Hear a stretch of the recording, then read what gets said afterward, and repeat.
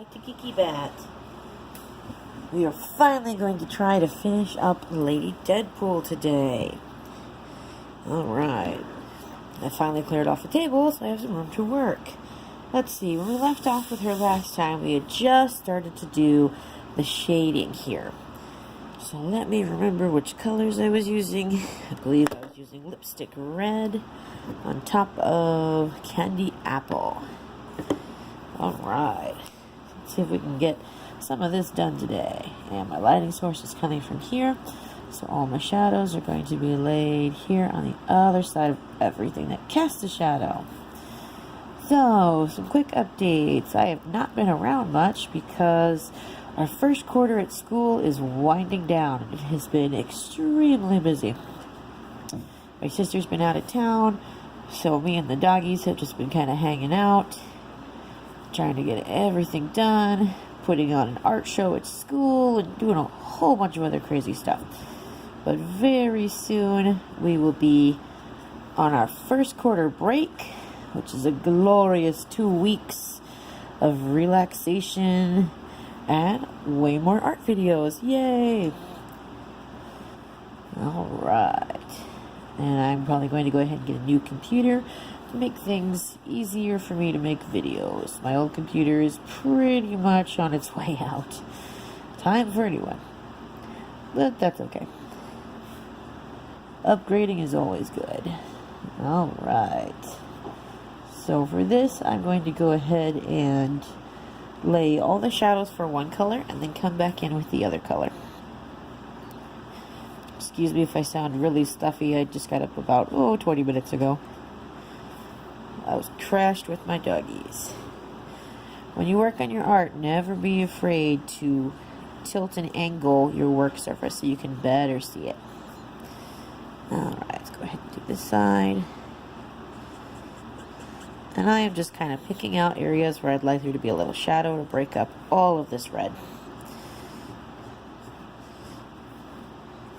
I'm going to go around her hand because that would cast a shadow there at her thumb. I'm going to ignore the top of her calf in favor of putting a shadow down here. If you put a shadow on both, it looks kind of weird and it stops looking like shading and just kind of looks odd. So for things like a leg laying down or an arm laying down, kind of like that, pick which side you want to put the shadow on. I decided to skip this top part to put the shadow down here because I feel like that would be a little bit more realistic for where that shadow is falling. I'm going to do it right here on the other side of her bracelet. Anklet, I guess, in this case.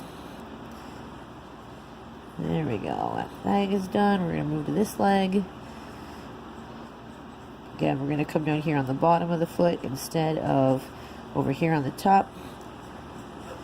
And get her boots. There we go. That's looking pretty good. I'm going to ignore the top of that boot, but I'm going to follow along a little bit on this seam here, which will be black in a minute. There we go. Well, you can hear my marker starting to squeak a little bit, which means I have used a lot of the ink out of it. I'm pretty hard on my markers. I'll have to get some new ones. There we go. Alright, that looks pretty good. So that is the next level of red, which was Lipstick Red by Copic. Now I'm going to move on to Cardinal Red, which this may be a little dark, but it shouldn't be too bad. Some of my colors just are not quite in the right color families together, which all of my students now know this from school.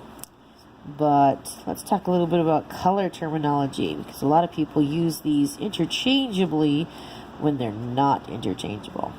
A pure color like red and blue and yellow and orange and purple and green is also called a hue. But what I'm working with right now is not really a hue, it's a dark red. So that is made by adding black to red, and that is what we call a shade. Pink is what we would call a tint of red, because you add white to red in order to get that color. And then there are middle tones in the middle where you add gray to your colors, and those are called tones. So a little bit of color theory vocabulary for you guys this morning. Alright, I'm coming back in now with my dark red, and I'm following where I was working previously, but you can see I'm not covering up the whole area. And some parts I'm going to pretty much ignore completely. You don't need to go over absolutely everything. With this level of shadow, we're just picking out the deepest shadows here.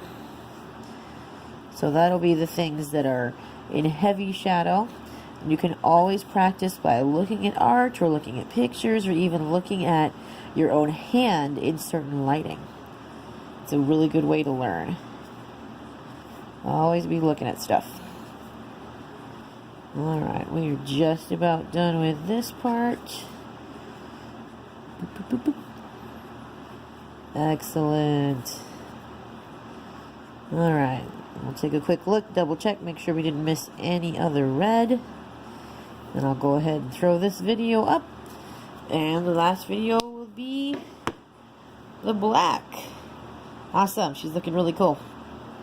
Alright, I'll see you guys in the next video. We'll be working on the black and gray that's left, and then I'll probably have one final video where I show you how to fix everywhere that I went outside the lines. So I'll see you guys in a bit.